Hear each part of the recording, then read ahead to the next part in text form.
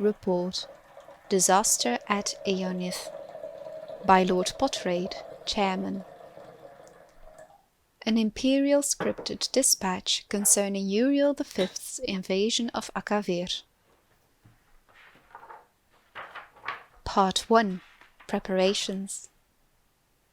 The Emperor's plan for the invasion of Akavir were laid in the 270s, when he began the conquest of the small island kingdoms that lie between Tamriel and Akavir.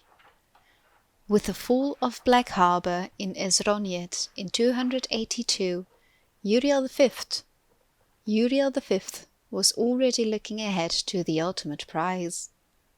He immediately ordered extensive renovations to the port, which would serve as the marshalling point for the invasion force and as the main supply source throughout the campaign.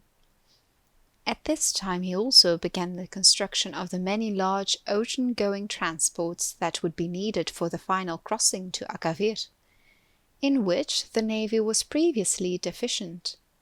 Thus it can be seen that the Emperor's preparations for the invasion were laid well in advance, before even the conquest of Esroniet was complete, and was not a sudden whim, as some have charged. When Prince Basalmon yielded Esroniet to imperial authority in 284, the Emperor's full attention could be devoted to planning for the Akaviri campaign. Naval expeditions were dispatched in 285 and 286 to scout the sea lanes and coastlands of Akavir, and various imperial intelligence agents, both magical and mundane, were employed to gather information. On the basis of all this information, the kingdom of the Tseski in the southwest of Akavir was selected as the initial target for the invasion. Meanwhile, the Emperor was gathering his expeditionary force. A new Far East fleet was created for the campaign, which for a time dwarfed the rest of the navy. It is said to be the most powerful fleet ever assembled in the history of Tamriel.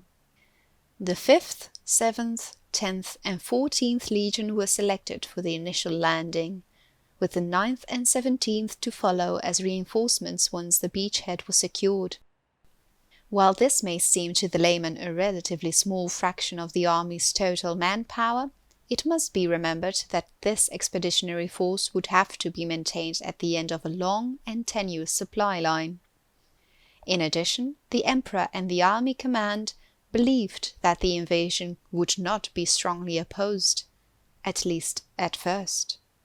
Perhaps most crucially, the navy had only enough heavy transport capacity to move 4 legions at a time. It should be noted here that the Commission does not find fault with the Emperor's preparation for the invasion. Based on the information available prior to the invasion, which, while obviously deficient in hindsight, great effort had been made to accumulate, the Commission believes that the Emperor did not act recklessly or imprudently. Some have argued that the expeditionary force was too small. The Commission believes that, on the contrary, even if shipping could have been found to transport and supply more legions, an impossibility without crippling the trade of the entire empire, this would have merely added to the scale of the disaster. It would not have averted it. Neither could the rest of the empire be denuded of legions.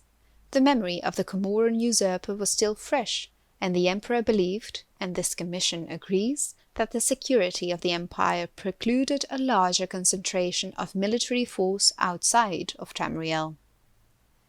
If anything, the Commission believes that the expeditionary force was too large. Despite the creation of 2 new legions during his reign, and the recreation of the 5th, the loss of the expeditionary force left the empire in a dangerously weak position relative to the provinces, as the current situation makes all too clear. This suggests that the invasion of Akavir was beyond the empire's current strength. Even if the Emperor could have fielded and maintained a larger force in Akavir, the empire may have disintegrated behind him.